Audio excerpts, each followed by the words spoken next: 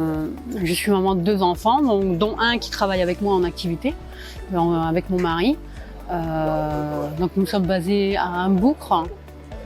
Et en fait, on fait les marchés hebdomadaires et les marchés artisanaux et nocturnes. C'est vraiment familial en fait. Voilà, donc mon mari qui est dans le bois, donc pareil, qui était en CDI, qui a fait une rupture pour travailler avec moi. Moi qui est lithothérapeute, donc dans les bijoux en lithothérapie, donc vraiment tout, donc avec la résine, toujours en lithothérapie. Et mon fils qui est dans la sublimation, mais qui travaille à côté. Et on essaie de faire pour l'année prochaine beaucoup de marchés du bien-être.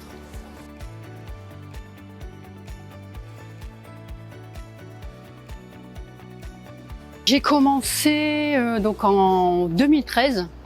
Donc j'ai fait des études de hygiéniste naturopathe parce que j'avais du poids à perdre. Donc je me suis formée par moi-même. Du coup après j'ai fait des études. Ensuite j'ai fait des études de coach bien-être et nutrition. Et après je me suis lancée dedans et j'ai aidé beaucoup de personnes dans ce domaine. En même temps j'étais en CDI. Et ensuite on avait à cette époque-là on avait juste mon fils. Et après, on a eu ma petite fille. Et du coup, mon mari, il m'a dit, écoute, essaie de trouver une activité que tu peux faire.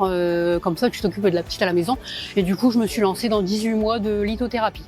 Donc, j'ai fait 18 mois de formation. Et après, je me suis lancée, puis j'ai fait une rupture conventionnelle.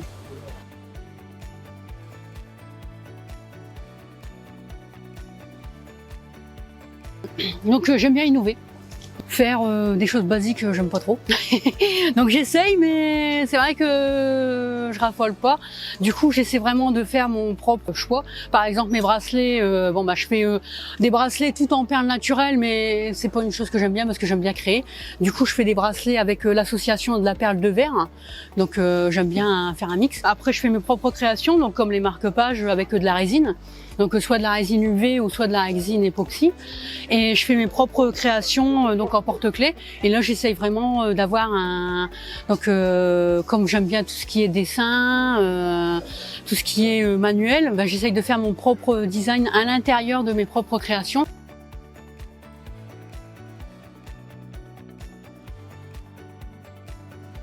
J'essaie toujours de faire une seule création, puis après je mets toujours sur Facebook pour voir ce que les gens ils en pensent. Et du coup en fait les gens ça leur plaît parce que c'est pas commun. On n'en voit pas partout et du coup j'essaie toujours d'innover puis d'avoir toujours de nouvelles créations et c'est ça qui m'inspire en fait.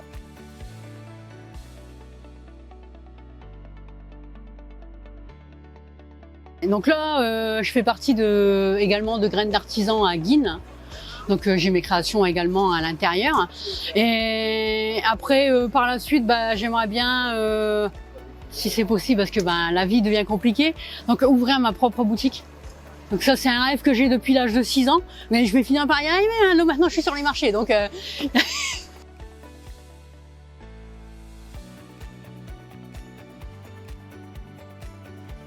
Alors le comptoir de Lilo, je l'ai connu sur Facebook. En fait, je voyais le comptoir de Lilo, puis je voyais des créations apparaître.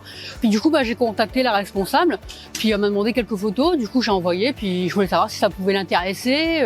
Et puis du coup, ça l'intéressait, on s'est rencontrés. Et puis c'est comme ça que tout est parti.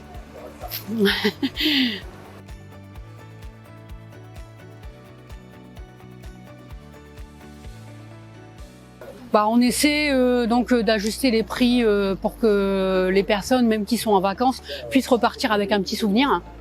Donc comme les crayons à 3 € ou les porte-clés qui sont double face à 6 €, même les bracelets. Donc on essaie de contenter tout le monde et on essaie vraiment d'ajuster les prix pour que même une personne qui a peu de moyens puisse repartir avec un petit souvenir ou un petit bijou, un petit collier.